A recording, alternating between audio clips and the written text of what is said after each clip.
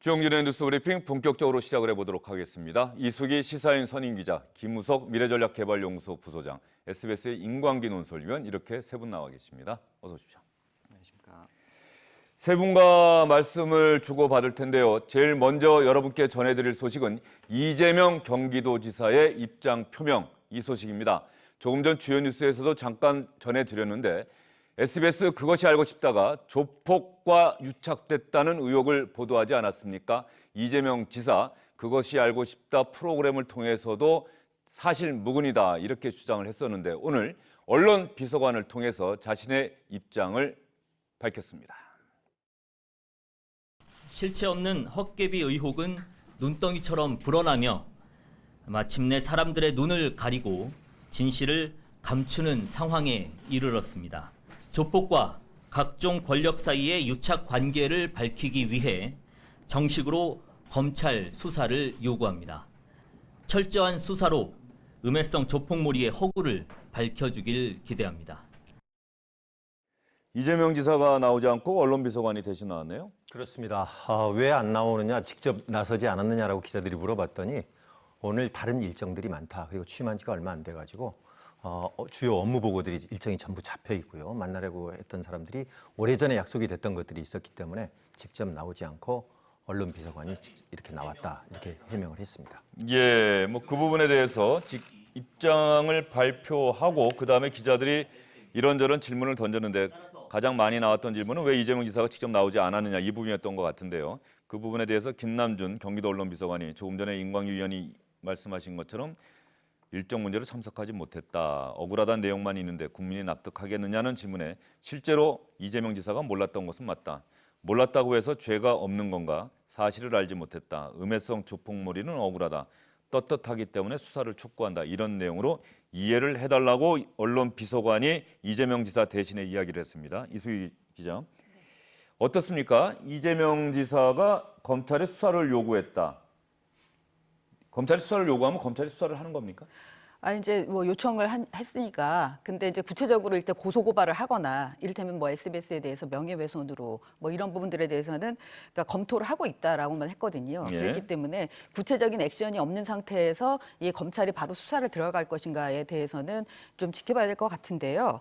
왜 인지 사건 같은 건 있거든요. 인지 사건에 수사를 할 수 있으니까. 근데 아마도 이 부분에 있어서는 구체적인 액션이 있어야지 될 것 같다는 생각이 들고 다만 그 민감용 그 경찰청장 후보자 인사청문회 때도 이 부분에 대해서 야당 의원들이 질의를 했었어요. 이 콤바트레이드하고 이재명 지사 간의 유착설이 있는데 이 부분에 대해서 조사할 계획이 없느냐. 거기다 특히 경찰들이 이 콤바트레이드하고 유착이 있다라는 얘기가 있는데 그 부분에 대해서도 입장을 물었더니 이 부분에 대해서는 조사를 하고 있고 또 어떤 사람들은 그 몇몇이 이미 유착 관계가 드러나서 그 부분에 대해서는 좀 그 처분을 받은 바 있고 추가로 있는지에 대해서는 더 조사를 해보겠다 이런 얘기를 했거든요. 그러니까 경찰 쪽에서도 이 부분에 대해서 조사를 하겠다라는 좀 생각이 있기 때문에 경찰, 검찰 양쪽이 어떻게 움직일지를 좀 봐야 될 것 같습니다. 예, 이재명 지사가 일정 때문에 바쁘다. 그래서 직접 나오지 못했다고 밝혔는데 김우석 부소장 보기에는 어떻습니까? 지난번에 이재명 지사가 불륜 의혹에 대해서 또 자신이 직접 고소하지 않고 고발을 했죠. 그렇죠. 밑에 법률 지원단 통해서 고발을 하지 않았습니까? 그러니까 직접 하지 않고 제3자를 통해서 한다. 뭐 이렇게 생각하시는 분도 많으실 것 같은데. 맞습니다. 지금 그 경기도의 언론 비서관이잖아요. 그런데 이 사안은 경기도하고 직접 관련된 게 아니라 개인적인 문제란 말이죠. 그렇다고 하면은 당연히 이 부분은 본인이 직접 얘기하거나 개인 변호사가 나와서 얘기하거나 그랬어야 하는 사안인데 과연 이게 적절했느냐라고 하는 얘기를 안 할 수가 없고요. 사실 지난번에 대한항공의 김연아 사건 같은 경우에도 회사에서 변호사 비용을 댔다고 해가지고 그게 뭐 횡령이냐 뭐 이런 논란이 있었지 않습니까? 그런 걸 비춰봤을 때도 지금 이런 대응은 좀 적절하지 않았던 것 같다는 생각이 들고 지난번 말씀하셨듯이 그 김부선 씨 사건 같은 경우에도 개인이 안 하고 선대위 조직을 통해서 고발을 했다라는 게 일정 정도 그 대면 조사를 꺼리는 거 아니냐라고 하는 논란이 있었어요. 그런데 지금 여론에 직접 나오지 않는 것이 과연 정말 그 합당한 대응이냐 이런 것들도 문제 제기를 안 할 수가 없죠. 그런 면에서 지금 대응 자체가 물론 뭐 여론몰이라고 하는 부분들에 대해서는 굉장히 본인이 느꼈을 심리적인 압박이 있었을 거예요. 그런데 이것을 법정으로 홈그라운드라고 할 수 있는 법정으로 끌고 가는 과정에서 본인이 직접 나서야 하는 부분들과 그렇지 않은 부분들 이런 부분들에 대해서는 정무적인 좀 판단이 있어야 하는 거 아닌가라는 생각이 듭니다. 이재명 지사가 취임한 직후에 모든 경기도청 직원들에게 이름표를 달아라 이렇게 이야기를 했다고 하고 본인도 항상 경기도지사 이재명 이름표를 달고 다닌 거 봤는데 언론 비서관은 이름표를 오늘 안 붙였네요. 보니까 그러게요. 양복만 입고 나오고. 근데 어쨌든 간에 그것이 알고 싶다 지난 주말에 나가지 않았습니까? 일요일, 월요일, 화요일, 수요일 상당한 시간이 흘렀어요. 뭐 정치권에서도 이런저런 이야기가 나오고 있고 자유한국당은 뭐 특검까지 얘기를 하고 있는데 이재명 지사가 이렇게 좀 늦게 대응했다는 느낌이 좀 있는데 말이죠. 네, 한 나흘 정도가 지난 건데 그 사이에 아무것도 안 한 건 아니라는 입장이에요. 왜냐하면 SNS나든가 이런 걸 통해서 당일날은 물론이고 그동안에 조목조목 다 반박을 했습니다. 우리는 유착이 되지 않았다. 그리고 그 업체가 해당 기간을 거치지 않았는데도 해줬다.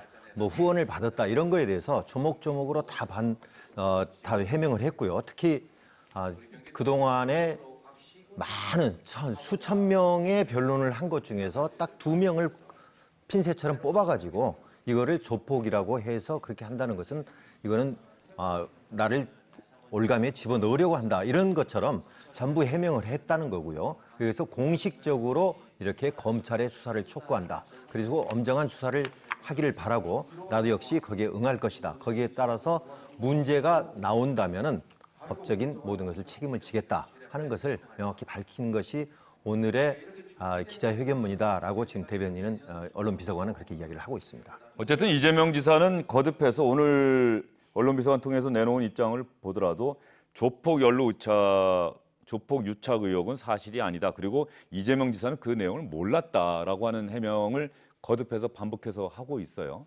네, 계속 얘기를 하고 있는데, 근데 이 지사 입장에서는 이걸 털고 가지 않으면 안 될 겁니다. 왜냐하면 지금 취임하고 얼마 안 됐는데, 그리고 경기 도정을 어떻게 하겠다는 얘기를 지금 내놓고 있음에도 불구하고 모든 이슈가 여기에 지금 함몰되는 거잖아요. 이 지사 개인의 문제들, 그렇죠. 선거 전부터 나왔던 얘기, 그리고 이제 선거 이후에 지금 불거진 이 얘기. 이게 지금 SBS 그것이 알고 싶다가 시청률이 굉장히 그날 높았고요. 그리고 이 비드라마 부분에 있어서도 그 화제를 모은 거 2위에 오르는 등 굉장히 지금 화제가 집중이 돼 있는데 그건 그만큼 이 사건이 어떻게 되는지 실체가 무엇인지에 대한 궁금성이 있는 겁니다.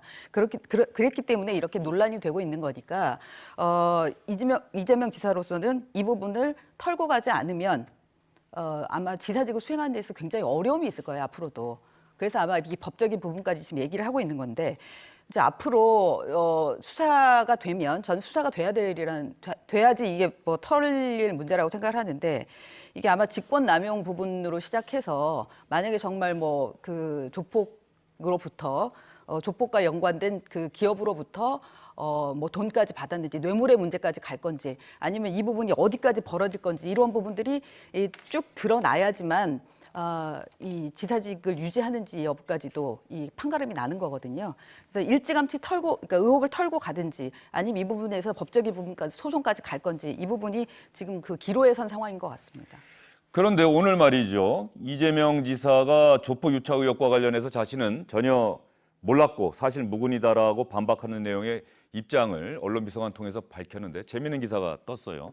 오늘 오전에 성남 지역 경찰에 따르면 이재명 지사와 유착했다는 의혹을 받고 있는 사람이 코마트레이드의 이모 대표 아닙니까? 이모 대표가 실제로 광주 지역 조직 폭력배들과 한판 붙자며 광주까지 내려갔었다. 이런 내용을 경찰이 공개를 했어요. 그런데 물론 가서 직접 싸우지는 않았다. 우리가 싸우면 서로 양조직의 피해가 크니까 이쯤에서 그만두자라고 돌아오긴 했는데 문제는 이 기사의 핵심은 보면 이 씨가 조폭 출신 사업가가 아니라 아직도 경찰의 관리 대상에 올라 있는 현역 조폭이다라는 사실이 확인됐다. 이렇게 경찰이 오늘 밝혔고 성남 지역 그때 문제가 됐던 조직폭력배 이름이 국제마피아입니까? 국제마피아입니다. 이 국제마피아파와 관광파 등 성남 지역 2개 조직의 54명을 검거해서 검찰에 송치했다는 내용도 밝혔어요. 좀 공교롭긴 한데 그것이 알고 싶다가 방송된 이후에 또 경찰이 발빠르게 또 이렇게 수사 내용을 언론에 공개를 했습니다. 그렇네요. 이재명 지사는 계속 일관되게 이야기하는 것은 그 사람들이 조폭이 아니다라고 하는 건 아닙니다. 나는 조폭이라는 걸 몰랐다라는 거죠. 자, 의뢰인이 조폭인지 아닌지 내가 억울한 누명을 써서 조폭으로 누명을 썼다고 해서 나는 그 사건을 수임했을 뿐이라는 거고요. 그다음에 사업을 하는 사람들이 여기다 후원을 하겠다, 불우이 시설에다 후원을 하겠다고 해갖고 오는데 이 사람이 조폭인지 아닌지 그걸 알 수가 없었다는 거죠. 그러니까 본인은 그 사람들이 조폭이다 아니다를 말하는 것이 아니라 이것은 조폭인지 아닌지를 나로서는 알 수 없었다라고 해명하고 있습니다. 예, 이재명 지사 입장 표명 마지막 문장에 보면은 유령처럼 나타났다가 사라지는 조폭과 권력의 유착관계가 완전히 수면 위로 드러나고 우리 사회에서 그 연결고리를 원천 봉쇄하는 기회가 되기를 바란다. 무엇보다 파타야 살인 사건으로 희생당한 25살 청년의 한을 풀어야 할 것이다. 엄중한 수사로 이 사건의 진실을 철저히 규명해 주기를 바란다. 희생자와 그 가족의 억울함을 풀 수 있기를 바란다고 이재명 지사 본인이 분명하게 이렇게 밝혔습니다. 그것이 알고 싶다 프로그램 혹시 보셨어요? 네. 그때 이재명 지사의 뭐 반론이라고 할까요? 당연히 그것이 알고 싶다 제작진이 이재명 지사 측에도 확인을 요청했을 텐데 이재명 지사가 그것이 알고 싶다 제작진보다 위에 있는 분들하고 전화 통화를 했다. 뭐 이런 내용을 직접 밝힌 네. 내용도 때 방송이 네. 됐었죠. 예, 내가 그 PD하고 담당 PD하고 통화하면서 내가 윗사람들한테 전화해서 좀 그건 미안한데 내가 보통 그런 사람이 아닌데 뭐 이렇게 얘기를 하더라고요. 그러니까 뭐 저희도 기자하면서 이렇게 보면은 취재들 하다 보면 저희 윗사람 데스크나 뭐 대표한테나 이렇게 전화해가지고서 이 기사 좀 뭐 막아달라고 한다거나 뭐 문제가 있다고 한다거나 이런 경우들이 좀 있는데, 그러니까 저는 보통 우리가 반론권을 보장한다는 차원에서라도 본인이 사실 이런 치명적인 기사가 나가고 나면 보도가 나가고 나면 굉장히 그 다음번에는 아무리 반론을 해도 어렵기 때문에 그 전에 할 수 있다고는 봅니다. 근데 다만 이번의 경우에는 사실은 대표한테 얘기하는 거는 뭐 별로 반영도 되지 않고 요즘은 그러니까 그게 별로 적절치 않았던 것 같고 진행자인 김상조 씨의 소속사에까지 연락을 했다고 그러잖아요. 이제 그런 부분들은 좀 지나친 거 아니었는가라는 생각이 듭니다. 예, 방송에 나갔던 이재명 지사의 관련 발언을 시청자 여러분과 함께 다시 한번 들어보겠습니다. 자, 일단은 우리 이 PD님한테 되게 미안한 게 이게 위쪽에 전화를 좀 해가지고 죄송합니다. 제가 원래 그런 거 안 하는 사람인데 제가 뭐 말씀드린 거 빼달라 뭐 이런 얘기는 아니었고 팩트를 좀 철저히 체크해주면 좋겠다는 점. 네, 이재명 지사는 팩트를 철저히 좀 체크해달라. 또 윗선에 전화해서 미안하다 이렇게 이야기했는데 윗선에 전화했다고 해서 그것이 알고 싶다 프로그램 내용이 바뀐다거나 그런 일은 없었던 거죠? 그렇죠. 그리고 우리 제작진도 마찬가지고 이재명 지사의 그쪽 언론 담당하는 쪽에 제가 물어봤어요. 왜 그런 전화를 했느냐 그랬더니 PD에게 자신의 입장을 아무리 설명을 해도 제대로 알아듣는 것 같지가 않더라. 그게 반영이 안 되는 것 같더라. 그래서 자기는 자기 방어 차원에서 최대한 해봐야 될 거 아니겠느냐. 내가 이걸 빼달라든가 잘못된 것을 좀 무마해달라든가 이런 뜻이 아니고 내 말을 제대로 이해를 못하고 있으니까 이렇게 되면은 나는 명예훼손이라든가 이런 걸로 소송을 할 수밖에 없다. 그렇게 되니까 제대로 나갈 수 있도록 좀 살펴봐 달라라고 나는 부탁을 한 것이다. 그래서 그것이 만약에 자기의 부탁에 의해서 그것이 반영이 돼서 왜곡됐다든가 빠졌다든가 그렇다면 문제지만은 자기 입장으로서는 피해자 입장에서 자기 본인으로서는요. 그로서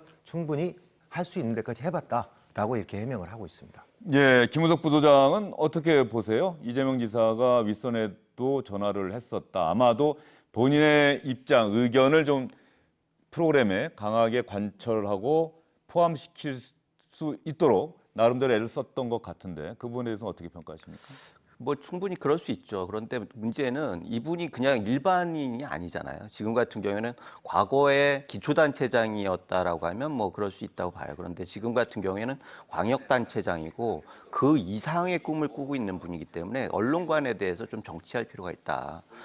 사실 언론이라고 하는 것들이 우리 사회에서 좀 굉장히 좀 약한 고리들이 많이 있어요. 그런데 그런 부분들이 권력자가 만약에 언론을 압력의 대상으로 생각한다라고 하면 굉장히 어려워지는 상황이 될 수도 있기 때문에 이 부분에 있어서는 이번 기회에 이재명 지사가 더 꿈을 꾸신다라고 하면 당연히 이 부분에 대해서는 짚고 넘어가야 할 것 같고 언론에서도 이 부분에 대해서는 좀 확실하게 좀 짚고 넘어가는 계기가 좀 됐으면 좋겠고 그렇다고 해가지고 실체적인 진실이 없어지는 건 아닙니다. 물론 정치적으로야 언론관 부분이 있지만 실체적인 진실은 밝혀져야 하는데 실체적인 진실은 사실 지난번에 김부선 그 씨와 관련된 그것들은 많은 사람들이 저건 뭐 사생활이니까라고 하는 얘기도 있었어요. 문제는 그러나 이번 같은 경우에는 국민을 보호해야 할 그 대상을 보호한 일이 됐거든요.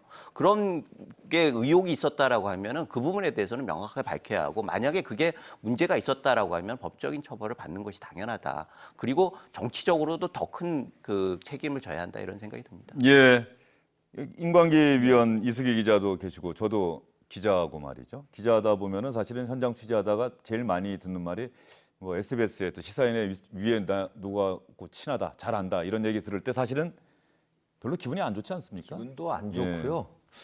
적절한 표현인지 모르지만 더 안 좋겠을 가능성도 많습니다. 농담입니다만은 그러니까 전혀 위에다 이야기한다고 해서 요즘 언론이요. 위에다 이야기한다고 해서 이것이 무슨 희석되거나 무마되거나 이거 왜곡되거나 이런 전혀 있을 수가 없는 겁니다. 요즘 기자들이나 PD들이 그런 것들을 그대로 받아들이지를 않습니다. 예, 촛불 정신이 가져다준 언론의 변화 이 부분도 분명히 많은 분들이 좀 참고를 좀 하셔야 될 것 같고요. 뭐 윗선에 전한다고 해서 물론 반론이라고 하는 부분은 합리적이라고 하는 부분은 반드시 언론 기사 쓰는 기자들도 반드시 반영을 해야죠. 요즘은 언론중재위원회에서도 반론권을 굉장히 강하게 얘기하고 있기 때문에 그 안에서 어떤 식으로든 반론이 들어있지 않으면 그 부분은 바로 그 언론사가 더 불리해져요. 사실 예전에는 말이죠. 지금 반론권 얘기하셨는데 좀 형식적인 측면이 많았어요. 언론사들이 좀 고압적이라고나 할까요? 의혹 제기가 한 10문장이면은 이에 대해서 이 사람은 뭐라고 했다. 딱 한 문장만 쓰고도 우린 반론보다 다 했다라고 했는데 이제는 그렇지 않습니다. 거의 같은 비중으로 다뤄주려고 애를 쓰고 있거든요. 그런 측면에서 분명히 의미 있는 변화가 그렇죠. 시사인도 당연히 그렇게 하고 당연히 있는 거죠. 그렇죠. 예, 네. 알겠습니다. 이재명 경기지사 조금 전에 그 간담회 그림이 잠깐 나왔었는데 간담회 그림 잠깐 보여주시겠어요? 경기 지역 시장군수 간담회. 이수기 기자가 조금 전에 잠깐 언급했습니다만 시장군수 간담회를 이재명 지사가 이제 경기지사로서의 업무를 본격적으로 시작을 하면서 간담회를 했는데 저 자리에 와야 될 사람이 한 사람이 빠졌다라고 아까 말씀하셨죠? 은수미 성남시장 성남시장이요. 한 사람만 빠졌다. 네.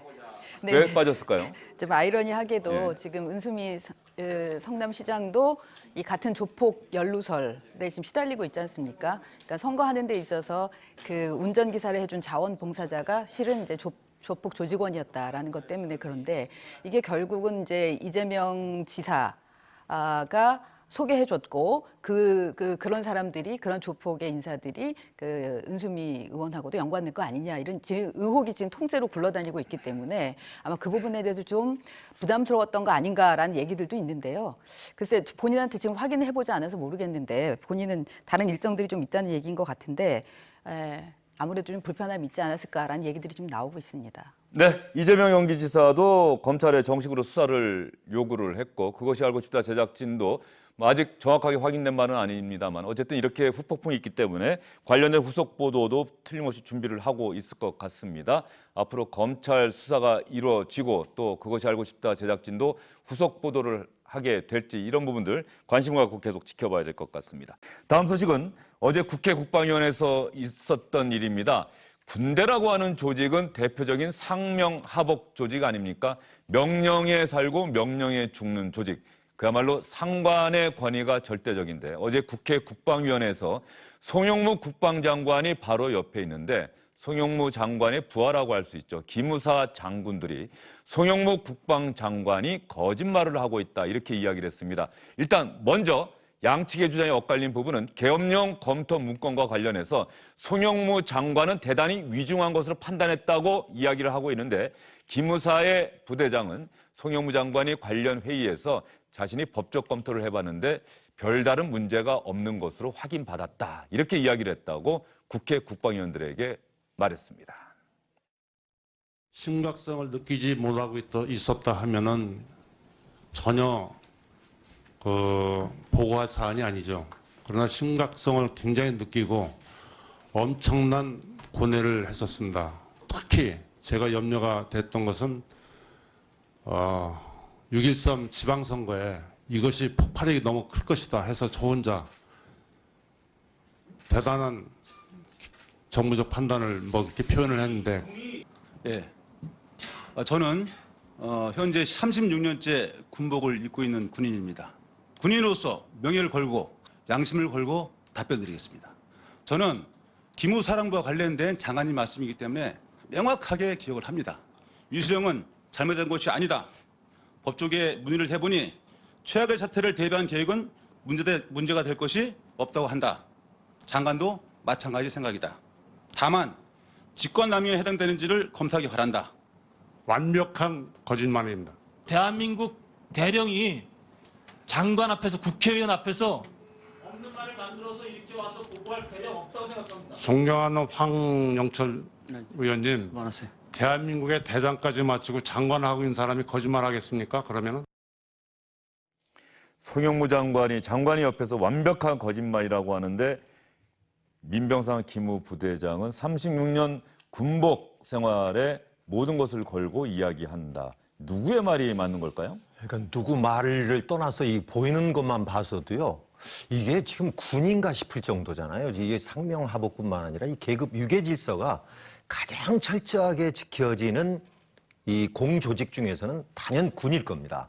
그런데 지금 대령도 상당히 높은 계급이지만은 사실은 국방장관은 별 4개보다 더 높은 거거든요.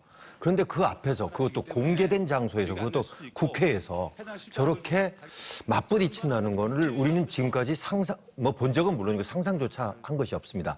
자, 지금 논란이 되고 있는 것은 언제냐면 지난 7월 9일 아침에 있었던 일이 누구의 말이 진실하느냐. 지금 이걸 갖고 다투고 있거든요. 7월 9일 날 아침에 국방부에서 장관 주재로 간담회가 열립니다. 차관을 비롯해서 14명의 일반 회사 같으면 임원급들이 앉아 있고 거기에 이제 당연히 있어야 될 기무부대, 100 기무부대라고 그러는데 국방부에 나가 있는 부대장인 지금 민병삼 대령이 그 자리에 있었다. 그런데 거기에서 송 장관이 분명히 말하기를 법조계에다가 기무사 문건을 의뢰해서 알아보니까 문제될 것이 없다고 그러더라. 나도 마찬가지로 그렇게 본다.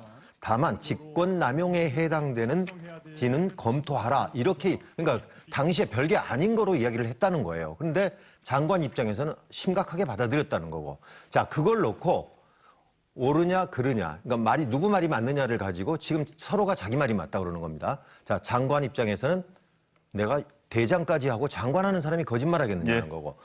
지금 민병삼 대령은 내가 36년 군 생활하는 사람이 지금 거짓말하겠느냐는 거고. 이거를 보던 이주영 자유한국당 의원이 한 말이 귀에 딱 들어와요. 이게 이렇게 영이 서지 않는 국방장관은 본 적이 없다. 이렇게 얘기를 했습니다. 네, 어쨌든 송영무 국방부 장관으로서는 상당히 곤혹스러운 상황임에는 틀림이 없어 보입니다. 기무사 부대장이 장관의 말을 정면으로 부인하고 장관이 거짓말하고 있다고 얘기를 한 건데요.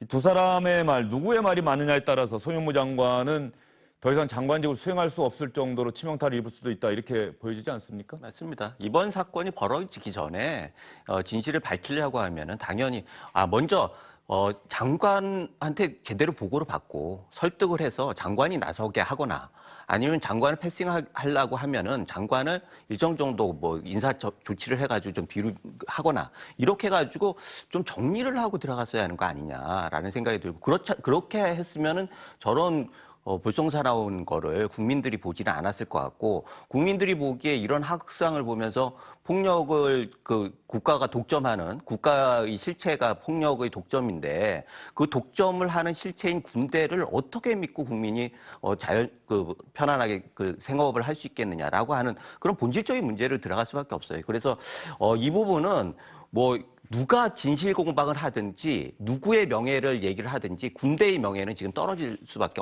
없는 겁니다.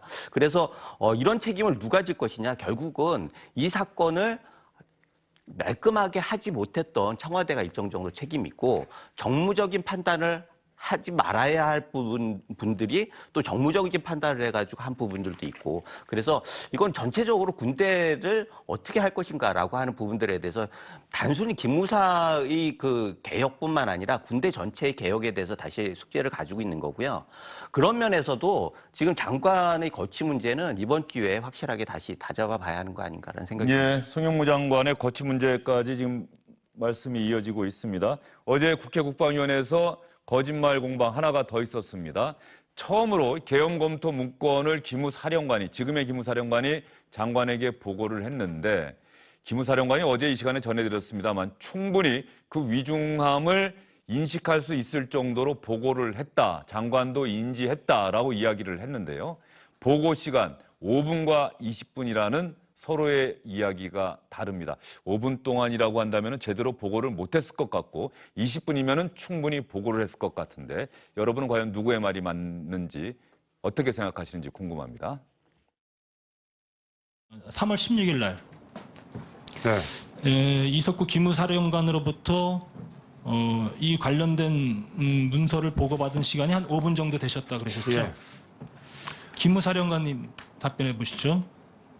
기무사령관께서는 대장이 중요하고 위중하다는 판단하에 보고를 했고 장관이 아주 위중한 상황이라고 판단될 수 있는 충분한 시간을 가졌다라고 답변을 하셨어요. 그렇습니다. 5분입니까? 그보다 더 되는 것 같습니다. 얼마나 더 됩니까? 제가 판단할 때는 한 20분 정도 되는 것 같습니다. 장관께서는 저 5분 동안 시간을, 장관은 말씀이 사실이라고 하면, 자 5분 동안에 이 8페이지, 67페이지 문건을 다 읽어보셨어요? 그거는 열지도 않고요. 그 지 참고 자료에 대해서 좀 뭐 몇 마디 이렇게 하고 이거 중요한 보고인 것 같습니다. 그래서 놓고 가라, 제가 그랬습니다. 저 부분도 말이죠. 저 정도면은 기무사령관도 대단히 군에서는 높은 자리인 것 같고 중요한 일을 하는 사람인데, 장관을 장관으로 인정하지 않겠다는 어떤 그런 느낌마저 지금 저는 받았어요. 그러니까 지금 크게 전선이 나눠진 거를 보면은요, 기무사 쪽과 장관. 그러니까 지금 사령관을 포함해서 다른 사람들까지 해서 기무사와 이렇게 한 전선이 형성이 돼 있고, 또 한편으로는요, 전 정권에서 이걸 작성했던 사람들, 지금 참모장이라든가 처장이라든가 이런 사람들과 또 이석구 기무사령관은 또 결이 또 달라집니다. 그러니까 지금 아까 기무부대장, 대령과도 그랬지만은 사실 기무사령관이 장관에게 보고를 한 거를 가지고 20분이냐 5분이냐 이 내용도 굉장히 중요하지만, 저렇게 국회의원들 앞에서 나는 5분이다, 나는 20분이다. 그러니까 장관이 5분이라고 하면은 그냥 5분으로 따라갈 가능성이 많은데, 아니다, 나는 20분 동안 대면 보고를 충분하게 설명을 했다. 이렇게 해서 지금 기무 쪽하고 완전히 지금 전선이 이렇게 갈라서 있는 겁니다. 이수기 기자는 이런 거짓말 공방, 어떻게 말하면은 뒤집어서 말하면 진실 공방이다 말이죠. 이 진실 공방 바라보면서 어떤 느낌 드세요? 군대를 안 다녀와서 군대의 분위기를 잘 모르는데도 불구하고 저건 진짜 희한한 광경이다라는 생각이 들더라고요. 있을 수 없는 일이잖아요. 근데 어쨌든 그동안에 보면은 송영무 장관에 대해서는 이 여권에서 송 장관이 이 부분에 있어서 국방개혁의 의지가 굉장히 강하고, 그리고 이 문건에 대해서는 판단을 어떻게 하느냐에 있어서 약간 그 순간순간마다 판단 미스가 좀 있었을 수는 있으나 큰 흐름에 있어서 이번에 경질할 만한 사안은 아니다라고 보고 있었거든요. 그래서 이 국방개혁의 총대는 송영무 장관이 잡고 간다라는 쪽이었는데, 이번 상황은 그 안에 이 문제가 너무나 첨예하게 드러나 버렸기 때문에, 아까 말씀하신 대로 이 영이 안 서는 상황이 돼버렸기 때문에 이 개혁의 이 총대를 메고 갈 수 있는지 다시 한번 점검해야 될 때가 된 게 아닌가 싶습니다. 그럼에도 불구하고 제가 좀 전까지도 여권에 취재한 바에 따르면 일단은 어제 상황에서는 기무사의 그쪽 사람들이 훨씬 더 잘못했다는 쪽으로 일단은 인식을 하고 있더라고요. 왜냐하면 아마 이게 이제 상명하복이 중요한 데기 때문에 아무리 장관의 판단이 잘못돼 있더라도 저런 모습을 보여서는 안 된다는 생각을 하고 있는 것 같은데, 여권에서는. 그럼에도 불구하고 어쨌든 장기적으로 봤을 때 이 개혁을 장관이 끌고 갈 수 있을까에 대해서는 다시 한번 생각하는 계기가 되는 것 같아요. 장관이 끌고 가는 거의 별개로 지금은 장관의 거취를 얘기하기 전에 기무사에 대해서는 군통수권자가 명확하게 입장을 밝혀야 해요. 기무사령관은 장관의 직속기관인데 그동안에는 기무사에서 청와대 직보를 했단 말이에요. 그런 것들을 고치는 게 사실은 기무사 개혁의 핵심 아니겠습니까? 뭐 이 정부 들어와서는 없었다는 얘기죠? 네. 그런데 지금 보면은 기무사에서 장관이 패싱된다라고 보는 거고, 그래서 장관을 인정 안 하는 거 아니에요. 그래서 저런 상황이 벌어지는 건데, 저렇게 되면은 군통수권장 입장에서는 군대의 영을 세우기 위해서라도 장관의 거취를 논의하기 전에 기무사에 대해서는 확실하게 기강을 잡는 인사조치가 됐든 징계가 됐든 뭔가를 보여주지 않으면은 군대가 장관 한 명 바뀐다고 해가지고 군대가 바뀌지는 않습니다. 문제는 군대가 영이 없는 군대는 그야말로 당나라 군대인 거죠. 예, 영이 없는 군대는 당나라 군대다. 어제 국회 국방위원회에서 벌어진 국방부 장관과 기무사 장군들 사이의 진실 공방, 이것은 우리나라 군대가 영이 서지 않는 군대라는 것을 국민들에게 보여준 실망스러운 광경이었다. 세 분 다 그렇게 말씀해 주시는 것 같고요. 왜 이런 일이 벌어졌는지에 대해서 여러분께 한 가지 힌트가 될 수 있는 장면을 하나 더 보여드리겠습니다. 어제 기무사에서 이 개헌 검토 문건을 작성할 당시에도 기무사에 있었던, 주요 자리에 있었던 한 장군은 한민구 전 국방장관의 지시로 이 문건을 만들게 됐다는 보고를 했습니다. 사령관실을 불렀습니다. 이거는 장관께서 어떤 이중한 상황을 고려했을 때 이수령하고 계엄 관련해서 어떤 법적인 절차라든가 이런 걸 한번 검토해라고 지시하셨다. 사령관이 이 문서 작성을 해보라고 할 때 누구한테 보고할 거라는 이야기를 언급한 적이 없습니까? 제가 기억하기로는 장관님 지시라고 하면서 이수령과 계엄령 절차에 대해서 검토해봐라 라고 기억이 됩니다. 아, 그래요. 그러면은 당시 한민구 장관이죠. 한민구 장관에게 이 문건에 대해서 보고를 했죠. 예, 그렇습니다. 당시 한민구 국방부 장관으로부터 이런 문서를 만들어 보라는 지시를 조윤천 기무사령관이 받고, 그 기무사령관이 우리 기무사 실무요원들에게 이런 문건을 작성해 봐라서 지시해서 작성되었다. 이렇게 들었는데 맞는가요? 예, 제 기억으로는 그렇습니다. 저 부분은 앞으로 군검 합동수사단의 수사를 통해서 반드시 규명돼야 할 부분인데, 한민구 전 장관의 이름이 나왔다. 기무사 입장에서는 우리가 무슨 계엄을 직접적으로 실행하려고 했던 계획을 세웠던 것이 아니라 장관의 지시로 검토를 해보라고 해서 문건을 만들었을 뿐이다. 지금 이런 논리를 펴고 있는 것 아닙니까? 그렇죠. 그러니까 지금 앞에 국회에서 이야기를 했던 두 사람이 소강원 참모장이요. 지금 현재 직책입니다. 그리고 기우진 5처장인데 저 사람들이 두 명이 그때 당시에, 그러니까 작년 3월에 이 문건을 작성할 때 TF팀의 팀장이고 그리고 실무 책임자였습니다. 그래서 저 사람들이 둘이서 지금 언론에 나와서 공개적으로 말한 건 처음인데, 지금까지는 기무사에서 자체적으로 만들었는가 했더니 이것이 아니고 장관이, 당시에 한민구 국방장관이 기무사령관, 조윤천 기무사령관에게 이걸 만들어라고 지시를 했고, 우리 기무사는 장관의 지시에 의해서 만들었을 뿐이다. 그리고 참고 자료다. 이렇게 얘기를 하고 있는 겁니다. 바로 저 논리는 실행계획이 아니라 단순한 검토 문건이었다라고 하는 논리고, 기무사에서는 이렇게 얘기를 하고 있는 것 같은데, 뭐 이렇게 보는 시각도 있는 것 같습니다. 기무사는 기무사 개혁에 저항을 하려 하고 있고, 송영무 국방부 장관은 책임을 회피하려고 하고 있다.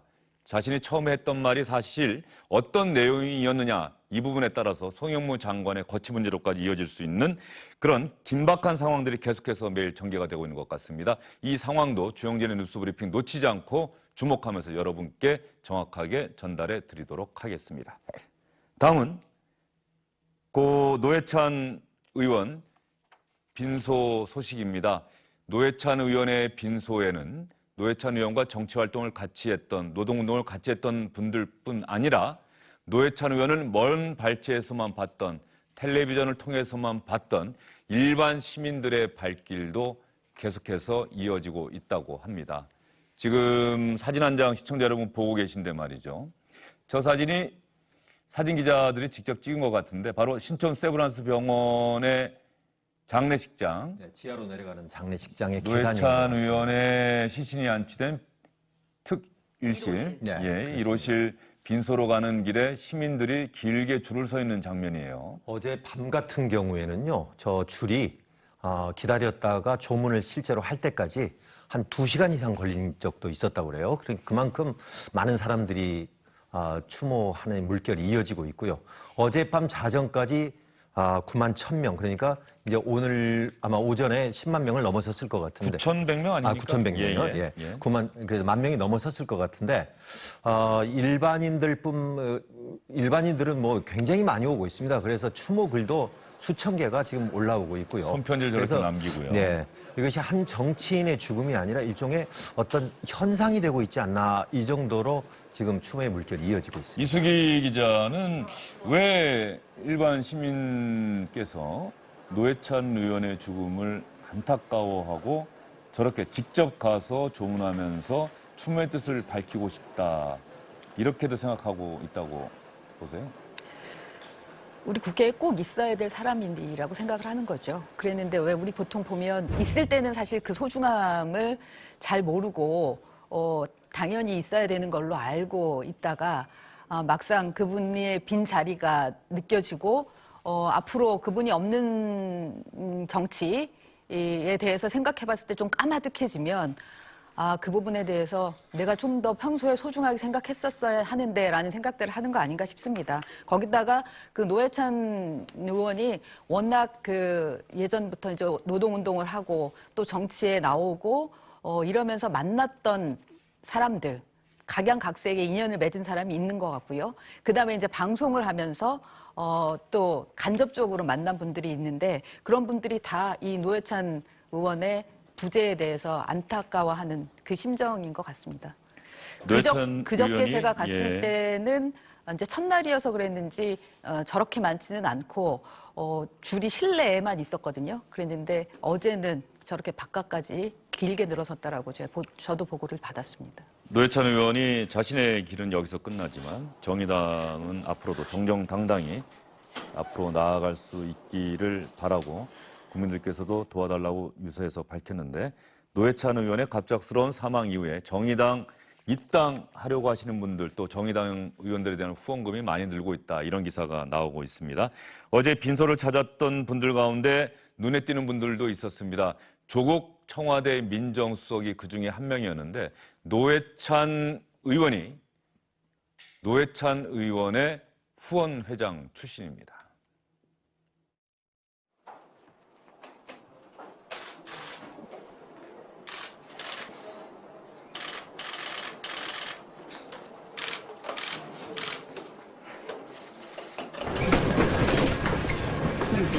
후원회장이셨으니까요. 한마디만 부탁드릴게요.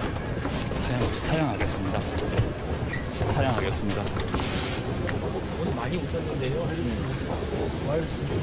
어떤 심정이신지. 말을 할 수가 없습니다. 사양하겠습니다. 예. 삼가해 주십시오. 사양하겠습니다. 조국 민정수석이 페이스북에 글을 올렸더라고요. 많은 분들이 진보 정치의 별이 졌다라고 이야기하는데 어느 날 문득 밤하늘의 별들 가운데 유난히 새롭게 빛나는 별이 있으면은 저는 노회찬 의원님이라고 생각하겠습니다. 이렇게 글을 올렸습니다. 제가 말씀 잠깐 드렸습니다만 조국 민정수석이 노회찬 의원 후원회장 출신 맞죠? 그러니까 서울대 교수 시절에 2012년입니다. 19대 총선 때 그때 이 노원이 가불병 이 세 지역구로 나눠져 있거든요. 거기를 야권 단일화 지역으로 했었습니다. 그때 이제 병에서 출마를 할 때 그 세 지역의 공동 후원회장을 조국 당시 교수가 이걸 맡으면서 인연을 맺었고요. 그 후로도 계속해서 개인 후원회장으로, 그러니까 국회의원 후원회장으로서 계속 하다가 작년에 청와대 민정수석으로 들어가면서 이제 계속 그걸 하기는 어려우니까 그때까지 노회찬 의원의 후원회장을 맡았었습니다. 그래서 저 자리는 지금 민정수석으로서 온 자리라기보다도 어떤 개인적인 친분으로서 왔는데, 가능하면 아까 들어오는 모습도 보여주지만은 안 울지 않으려고 계속 고개를 숙였는데 영정사진을 보는 순간 눈물을 참을 수 없었다, 이렇게 얘기를 하고 있습니다. 네, 노회찬 의원의 부인과 함께 서로 포옹하면서 슬픔을 나누고, 노회찬 의원의 부인도 조국 민정수석 보면서 또 유난히 슬픔이 많이 북받쳤던 것 같습니다. 후원회장이면 사실 돈을 예. 모아주는 역할을 하잖아요. 오히려 그래서 더 마음이 아플 수도 있을 것 같아요. 예, 왜냐하면 노회찬 의원이 지금 돈 문제 때문에 저렇게 된 거잖아요. 그렇죠. 또 그런 측면도 있겠습니다. 조국 민정수석이 끝내 울음을 참지 못했습니다. 빈소에 노회찬 의원과 각별한 인연인데 고등학교 시절부터 조금은 생각이 달랐고 그 이후의 인생 행로는 참 많이 달랐던 고등학교 친구도 한 명 찾았습니다. 어떤 분이었을까요?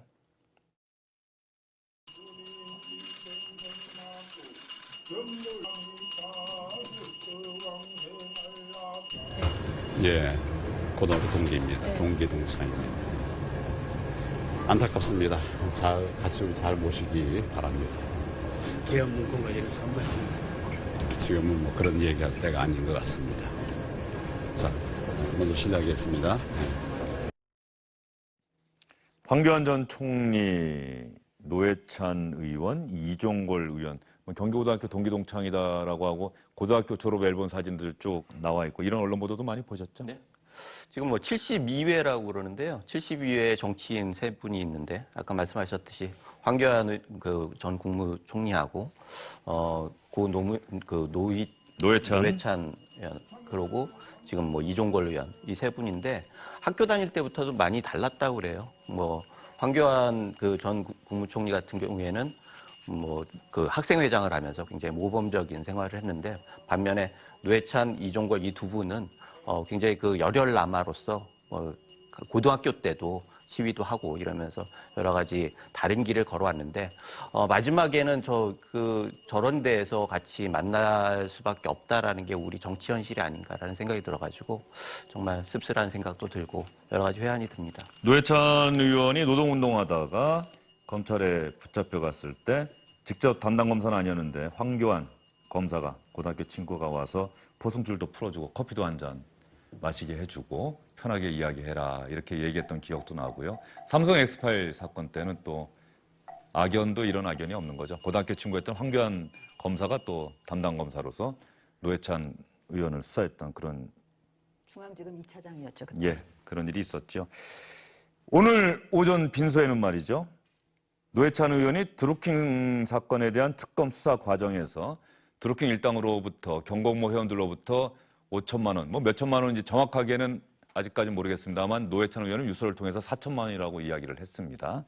이 드루킹 사건에 대한 특검 수사 과정에서 이런 일이 벌어졌는데 사실 드루킹 사건 하면은 김경수 경남지사가 맨 처음에 이름이 거론되지 않았습니까?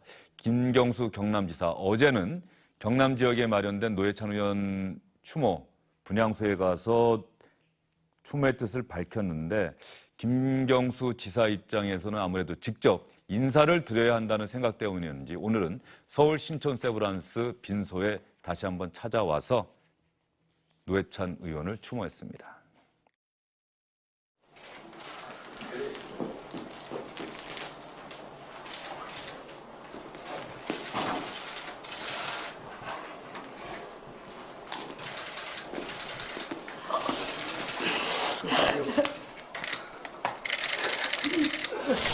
꼭 와봐야 될 것 같아서 왔습니다.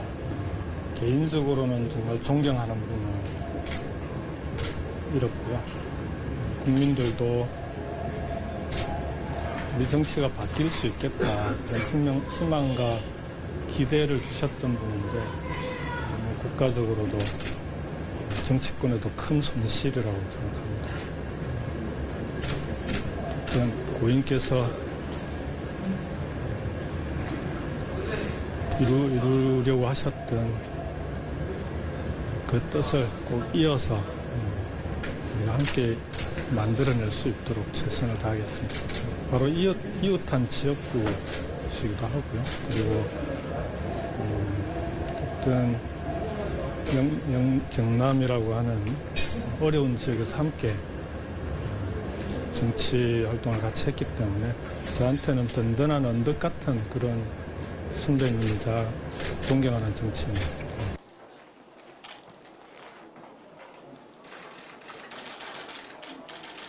다시는 좋은 사람을 이렇게 안 보냈으면 좋겠습니다. 오늘 계속 혹시 만났습니까? 많이 힘들어하십니다. 예. 김경수 경남지사, 임종석 비서실장, 정우영 안보실장도 오늘 고인의 빈소를 찾아서 고인을 추모했습니다.